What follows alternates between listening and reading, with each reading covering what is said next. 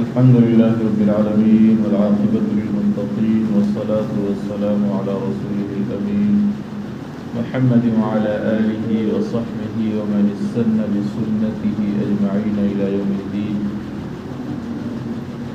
أما بعد فأعوذ بالله من الشيطان الرجيم. بسم الله الرحمن الرحيم.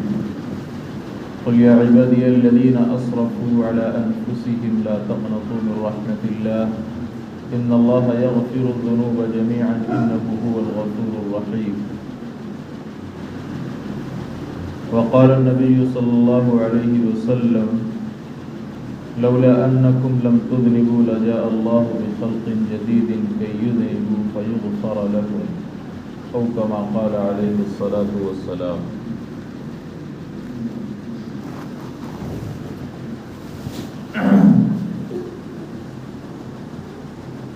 سب سے پہلے تو میں گزارش کروں گا کہ جو حضرات پیچھے بیٹھے ہوئے ہیں اگلی صف میں تشریف لے آئیں. اگلی صف کی فضیلت پچھلے جمعے بھی عرض کی گئی تھی، بڑی فضیلت اس کی آئی ہے. لہٰذا جب ہم پہلے آئیں تو ہم خوش قسمت ہیں، لہٰذا اس خوش قسمتی کا فائدہ اٹھاتے ہوئے ہمیں اگلی صف پہلے پر کر لینی چاہیے. زندگی کے اندر ڈسپلین کو پیدا کرنا چاہیے ہمیں. تھانوی رحمۃ اللہ علیہ بہت بڑے بزرگ گزرے ہیں، وہ فرماتے تھے کہ جسے انسان بننا ہے وہ میرے پاس آئے، پیر بننا ہے وہ نہ آئے. جسے پیر بننا ہے، فقیر بننا ہے، بزرگ بننا ہے وہ نہ آئے. جسے ڈسپلین سیکھنا ہے، جسے انسان بننا ہے وہ میرے پاس آئے. لہذا ہمیں بھی اپنے اندر ڈسپلین کو پیدا کرنا چاہیے، ایک ترتیب زندگی ہمارے اندر ہونی چاہیے. لہذا اللہ نے ہمیں یہ توفیق دی ہے کہ ہم پہلے آئے ہیں، لہذا ہم پہلی صف کو پہلے پر کر لیں. میرے محترم بزرگوں، دوستوں، عزیز ساتھیوں، گزشتہ کئی جمعوں سے معاشرت کے اوپر بات چلتی آ رہی ہے، جن کے اندر اپنی خرابیوں کا ہم نے ذکر کیا تھا کہ ہماری پستی کے وجوہات، تنزل کے اسباب اور بیک ورڈ ہونے کے کازز، کانسیکوینسز، پھر اس کے کیا نکلنے والے ہیں، ان ساری باتوں کا تذکرہ ہم نے کیا تھا. اب انسانی طبیعت جو ہے ایک ہی کیفیت کو زیادہ دیر تک برداشت نہیں کر پاتی ہے. ایک ہی کیفیت کی انسانی طبیعت زیادہ دیر تک متحمل نہیں ہو پاتی ہے. اگر میں ہمیشہ یہاں سے آپ کو صرف یہی سناتا رہوں کہ بھائی ہم خطرے میں ہیں، ہم برباد ہیں، پریشان ہیں، مسلمان ہی بالکل جو ہے سب سے پچھڑا ہوا قوم ہے اور ہماری تو یہاں بھی خیر نہیں ہے، وہاں بھی خیر نہیں ہے، تو ایک دن ایسا آئے گا کہ آپ بھی تنگ آ جائیں گے کہ یار جب جاؤ مسجد تو وہی سننے کو مل رہا ہے. اور میں بھی تنگ آ جاؤں گا کہ کتنی ایک بات کو بار بار کہی جائے. اسی لیے آج ہم قرآن کریم کا مطالعہ کریں گے تو اللہ تعالیٰ نے جہاں جنت کا تذکرہ کر کے لوگوں کو خوشخبری سنایا ہے، وہیں جہنم کا تذکرہ کر کے لوگوں کو ڈرایا بھی. ایمان نام ہی ہے بین الخوف والرجا کا، کہ دل کے اندر امید بھی ہو رب کے رحمت کی اور خوف بھی ہو اس کے عذاب کا. سیدنا فاروق اعظم رضی اللہ عنہم کا قول ہے، بڑا ہی مشہور قول ہے کہ مجھے اپنے رب سے رحمت کی اتنی امید ہے کہ کل قیامت کے دن اگر 1000 بندوں میں سے یہ کہا جائے کہ 999 جہنمی ہیں، ایک جنتی ہے، تو میرا یہ گمان اور خیال ہے اور رب کی رحمت سے امید ہے کہ وہ جنتی میں بنوں گا. یہ تو امید کا لیول تھا فاروق اعظم کا. دوسرا لیول بھی سن لیجئے، فرماتے ہیں کہ خوف کا یہ عالم ہے کہ اگر یہ کہا جائے کہ 999 لوگ جنتی ہیں، ایک جہنمی ہے، تو مجھے اندیشہ ہے کہ وہ جہنمی میں. تو ایمان تو نام ہے بین الرجا والخوف، امید بھی ہو کہ اللہ تعالی ہمیں معاف کر دیں گے اور ڈر بھی ہو، خوف بھی ہو کہ کہیں ہمیں اللہ پکڑ نہ لے. جب یہ دونوں چیزیں انسان کے اندر ہوتی ہیں تو وہ بیلنسڈ وے میں چلتا ہے، وہ نہ ہی سرکش بنتا ہے اور نہ ہی عبادت کے اندر آ کر کے تکبر کرنے لگتا ہے. تو یہ چیزیں ہونی چاہیے. اسی لیے میں نے جو آیت کریمہ پڑھی ہے اللہ تعالیٰ نے اس میں خوشخبری سنائی ہے. نہ صرف یہ کہ اللہ نے مسلمانوں کو مخاطب کیا بلکہ اللہ تعالیٰ فرماتا ہے قل اے محمد فرما دیجئے صلی اللہ علیہ وسلم یا عبادی الذین اسرفوا اے میرے وہ بندو جنہوں نے اپنے اوپر زیادتی کی ہے. اسرفوا علی انفسہم. انسانی طبیعت ہے نا, جیسا کہ میں نے عرض کیا کہ ہر جمعہ اگر یہی بات بولا جائے کہ ہم تو جہنمی ہیں, ہم تو ہلاک ہو گئے, تو ہم مایوس ہو جاتے ہیں. اللہ تعالیٰ نے قرآن کریم میں اسی بات کو بیان فرمایا دوسرے الفاظ میں کہ اے میرے وہ بندو جنہوں نے اپنے اوپر ظلم و زیادتی اتنی کی کہ وہ مایوسی کے کگار پر کھڑے ہیں, مایوسی کے دہانے پر کھڑے ہیں. لا تقنطوا من رحمت اللہ. اللہ فرماتا ہے کہ میرے بندو میں تم جیسا عاجز نہیں ہوں. تمہاری سوچ بھی چھوٹی ہے, عقل بھی چھوٹی ہے, دل بھی چھوٹا ہے. ذرا سا تمہاری کسی نے تعریف کر دی تو تم دل کاٹ کر رکھ دیتے ہو سامنے, اور ذرا سی برائی کر دی تو پھر زندگی بھر کے لیے قطع تعلق کر لیتے ہو اس سے. یہ ہماری سوچ ہے. آپ میرے خلاف کچھ بولیں گے تو میں کیا منہ کان کھلا لوں گا, ناراضگی کا اظہار کروں گا. میں آپ کے خلاف کچھ بولتا ہوں تو یہ فطری چیز ہے. لیکن اللہ رب العزت اس کی تو طاقت بھی لامحدود ہے, اس کی رحمت بھی لامحدود ہے. اللہ کے اندر یہ صفت نہیں ہے. اسی لیے اللہ تعالیٰ نے فرمایا کہ اے میرے وہ بندو یا عبادی الذین اسرفوا علی انفسہم. آپ غور کریں, اللہ نے یہ نہیں فرمایا قل ایھا المسلمون الذین اسرفوا, کہ اے مسلمانوں جنہوں نے اپنے اوپر زیادتی کی. بھائی کلمہ پڑھ کر کے بھی تو انسان گناہ کر رہا ہے, تو یہ بھی زیادتی ہے اپنے اوپر.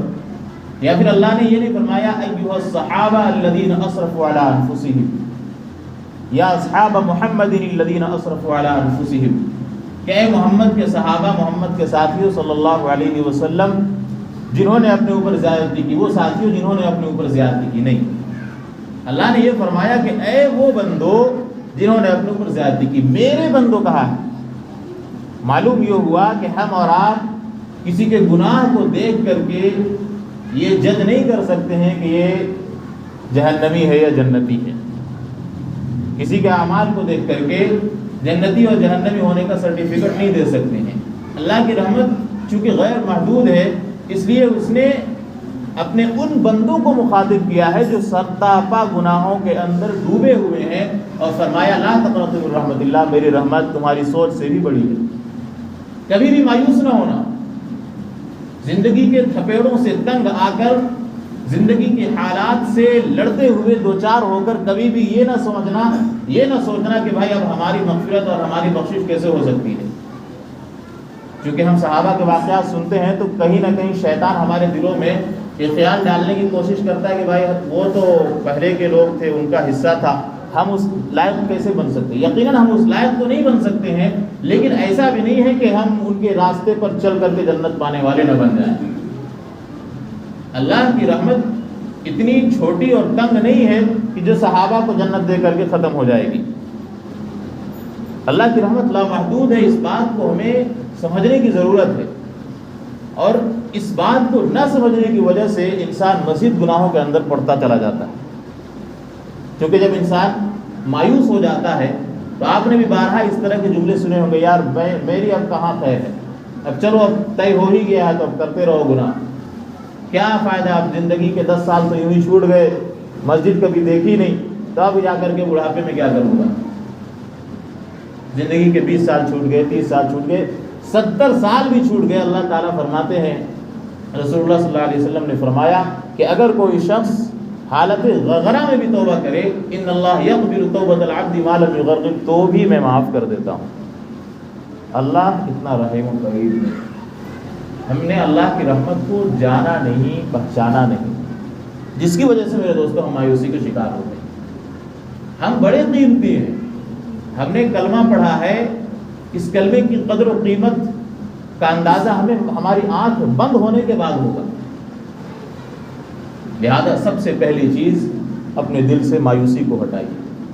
آج یوں کہا جاتا ہے کہ ہمارے حالات کی وجہ سے حکومت اس طرح کے مظالم اٹھا رہی ہے, اس میں کوئی شک نہیں ہے, اللہ اگر آج ہم سے ناراض ہے تو اس کو راضی کرنے کے دروازے آج بند نہیں ہوئے، ابھی سورج پچھم سے نہیں نکلا ہے۔ لہٰذا ہمیں اپنی جانب سے پوری کوشش کرنی چاہیے کہ رب ہم سے راضی ہو، چاہے اس کی وجہ سے سارے کے سارے لوگ ناراض ہو جائیں۔ اللہ کے رسول علیہ الصلوۃ والسلام فرماتے ہیں، ترمذی شریف کی روایت ہے، میں نے پڑھی، لولا انکم لم تذنبوا، اللہ تعالیٰ کو توبہ کرنے والے کتنے پسند ہیں۔ آپ دیکھیں اس حدیث میں اللہ کے رسول فرماتے ہیں کہ اگر تم نے کوئی گناہ نہ کیا، لجا اللہ بخلق جدید، تو اللہ تعالیٰ دوسری نئی مخلوق پیدا کرے گا۔ کیوں پیدا کرے گا؟ اگلا جملہ سنیے، کئی یذنبوا، تاکہ وہ گناہ کرے۔ بڑا عجیب جملہ ہے، اگر تم نے گناہ نہ کیا تو اللہ دوسری مخلوق پیدا کرے گا، کئی یذنبوا، تاکہ وہ گناہ کریں، فیغفر لہم، پھر وہ معافی مانگے اور ان کی اللہ تعالیٰ مغفرت کرے، ان کو اللہ تعالیٰ معاف کرے۔ اس سے آپ اللہ کی رحمت کا اندازہ لگائیے۔ تو گناہ کا ہو جانا یہ کوئی بری چیز نہیں ہے، اللہ تعالیٰ نے انسان کے اندر دونوں چیزیں رکھی ہے۔ بھائی اگر ہم سے گناہ نہیں ہوتا تو فرشتوں میں اور ہم میں کیا فرق رہتا؟ یہی تو فرق رکھا ہے اللہ تعالیٰ نے کہ دونوں چیز کی کیپیسٹی ہمارے اندر دی ہے، اہلیت ہے کہ ہم دونوں راستوں میں سے کسی ایک راستے کو اختیار کر سکتے ہیں۔ اب انسان ہے، کئی دفعہ جو ہے بھول چوک سے انسان غلطی کر بیٹھتا ہے، اس کا حل اللہ کے رسول صلی اللہ علیہ وسلم نے فرمایا کہ تم توبہ کرو۔ اس حدیث کا قطعاً حاشا و کلا یہ مطلب نہیں ہے کہ ہم جان بوجھ کر دھڑلے سے کیا ہے گناہ کرتے چلے جائیں، یہ مطلب نہیں ہے اس کا۔ مطلب یہ ہے کہ اگر کبھی گناہ ہو جائے تو ہمیں توبہ کرنا چاہیے۔ اللہ تعالیٰ کو بندے کے توبے سے خوشی کتنی ہوتی ہے، رسول اللہ علیہ الصلوۃ والسلام نے مثال دے کر فرمایا، بیان فرمایا۔ بخاری، مسلم اور ترمذی سیاہ ستہ کی 3 کتابیں ہیں، تینوں میں روایت موجود ہے۔ اللہ کے رسول علیہ السلام فرماتے ہیں کہ جب کوئی بندہ اللہ کے حضور توبہ کرتا ہے تو اللہ کو اتنی خوشی ہوتی ہے، اتنی خوشی ہوتی ہے۔ پھر آگے اللہ کے رسول نے مثال دی کہ ایک شخص ہے، وہ سفر پہ جا رہا تھا، راستے میں چونکہ پہلے زمانے میں لوگ سواریوں کے اوپر ہی زاد راہ رکھ لیا کرتے تھے، کھانے پینے کا سارا سامان ان کے ساتھ ہوتا تھا۔ اب وہ شخص چلا ہے، ایک وادی آئی، بے آب و گیاہ میدان میں اس نے پڑاؤ ڈالا۔ پڑاؤ ڈالنے کے بعد تھکاوٹ کی وجہ سے اس کی آنکھ لگ جاتی ہے، وہ سو جاتا ہے۔ سونے کے بعد جب اس کی یکایک آنکھ کھلتی ہے تو دیکھتا ہے کہ سواری غائب۔ اب وہ پریشان، دور دور تک پینے کو پانی نہیں، کھانے کو کوئی سامان نہیں۔ اب وہ ادھر ادھر دوڑتا پھرتا ہے، تلاش کرتا پھرتا ہے کہ بھائی میری سواری کہاں چلی گئی، تلاش کرتا رہتا ہے، یہاں تک کہ تھک ہار کر کے وہ ایک جگہ بیٹھ جاتا ہے کہ اب تو لگتا ہے میرے مقدر میں مرنا لکھ دیا گیا۔ پھر اس کے ذہن میں خیال آتا ہے کہ اگر مرنا ہی ہے تو چلو اسی جگہ جا کر کے مرتے ہیں جہاں سے ہماری سواری گم ہوئی ہے۔ چنانچہ وہ شخص آتا ہے اور دوبارہ اسی جگہ سو جاتا ہے جہاں سے اس کی سواری گم ہوئی، یعنی جہاں وہ پہلی دفعہ سویا تھا۔ اسی اثنا میں اس کی آنکھ لگ جاتی ہے۔ جب وہ نیند سے بیدار ہوتا ہے تو دیکھتا ہے کہ سواری لدی ہوئی سامانوں سے جس حالت میں اسے وہ چھوڑا تھا وہی موجود ہے سامنے۔ تو اب آپ بتائیے اس شخص کی خوشی کا عالم کیا ہوگا جو اپنے آپ کو مرنے کے لیے چھوڑ گیا تھا کہ بھائی اب تو ہماری موت ہی مقدر ہے۔ اللہ کے رسول صلی اللہ علیہ وسلم فرماتے اس سے بھی زیادہ خوشی اللہ تعالیٰ کو اس وقت ہوتی ہے جب کوئی بندہ اللہ کے حضور توبہ کرتا ہے۔ یہ ہے توبہ کی فضیلت۔ قرآن کریم میں اللہ تعالیٰ نے فرمایا ان اللہ یحب التوابین ویحب المتطہرین، کہ اللہ تعالیٰ توبہ کرنے والوں کو پسند فرماتا ہے اور پاک صاف رہنے والوں کو پسند فرماتا ہے۔ اب آپ بتائیے، ہم سے کوئی پوچھے کہ بھائی گناہ کر کے توبہ کرنا اچھا ہے یا پاک صاف رہنا اچھا ہے، تو obviously کوئی بھی بولے گا کہ بھائی پاک صاف رہنا اچھا ہے۔ لیکن علماء نے ایک نقطہ لکھا ہے کہ اللہ تعالیٰ کو توابین جو ہیں زیادہ پسند ہیں، اس لیے اللہ تعالیٰ نے توابین کا تذکرہ پہلے فرمایا، ان اللہ یحب التوابین، یہ نہیں فرمایا ان اللہ یحب المتطہرین والتوابین نہیں فرمایا، یا ویحب التوابین نہیں فرمایا، بلکہ پہلے توابین کا تذکرہ فرمایا، توبہ کرنے والوں کا تذکرہ فرمایا۔ کیوں؟ اس جانب اشارہ فرمایا کہ گناہ کر کے کبھی بھی مایوس مت ہونا۔ اگر تم ہمارے پاس نہیں آؤ گے تو اور کون صدر ہے؟ ہمارے دربار میں نہیں آؤ گے تو اور کس دربار میں جا کر کے تم در کھٹکھٹاؤ گے؟ بنی اسرائیل کا رسول اللہ صلی اللہ علیہ وسلم، چونکہ صحابہ کو ہمیشہ ایسا نہیں ہے کہ ایک ہی چیز کی ترغیب اور تلقین کیا کرتے تھے. اسلام چونکہ ہر پہلو میں ہماری رہنمائی کرتا ہے، تو رسول اللہ صلی اللہ علیہ وسلم بھی ہر پہلو کی جانب اشارہ کیا کرتے تھے، رہنمائی کرتے تھے. معاشرت ہو، معاملات ہو، خانگی معاملات ہو، کسی بھی طرح کا کوئی بھی معاملہ ہو، رسول اللہ صلی اللہ علیہ وسلم کی احادیث مبارکہ ہمیں ملتی ہے. چنانچہ صحابہ رضی اللہ عنہم کو انکریج کرنے کے لیے، ان کو مایوسی سے دور کرنے کے لیے اللہ کے رسول صلی اللہ علیہ وسلم نے ایک حدیث بیان فرمائی بنی اسرائیل کے ایک عابد کا. بخاری مسلم میں روایت موجود ہے کہ ایک شخص تھا بڑا ہی گناہگار، اس نے 99 قتل کیے تھے، کوئی ایک دو نہیں. وہ شخص جاتا ہے، اس کے ذہن میں خیال آتا ہے کہ بھائی مجھے توبہ کرنا چاہیے، بہت ہو گیا. چنانچہ توبے کے ارادے سے وہ نکلتا ہے، راستے میں ایک عابد سے اس کی ملاقات ہوگی. عابد یعنی عبادت کرنے والا. اس شخص سے وہ پوچھتا ہے کہ بھائی میں نے 99 قتل کیے ہیں، کیا میری توبہ ہو سکتی ہے؟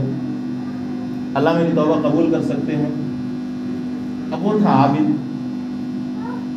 عالم تھا نہیں. اس نے اس کے قتل کو دیکھ کر کے یہ اندازہ لگا لیا کہ بھائی جس نے اتنے سارے گناہ کر رکھے ہیں، اللہ اس کی توبہ کیسے قبول کرے گا؟ یعنی اس نے اسے اللہ کو اپنے اوپر گویا کہ قیاس کر لیا. جس طرح انسانوں کا دل چھوٹا سا، اسی طرح اللہ کی رحمت بھی چھوٹی ہوگی.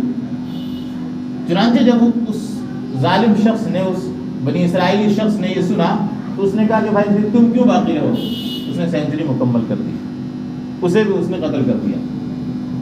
پھر بھی اس کے دل میں ایک خلش تھی، ایک پیاس تھی کہ بھائی کوئی تو ہوگا جو ہمیں راہ راست تک لانے کی کوشش کرے گا، ہمیں سیدھی راہ دکھلائے گا. چنانچہ اس نے معلوم کیا کہ بھائی کوئی عالم بتاؤ جو اس علاقے کا سب سے بڑا ہو.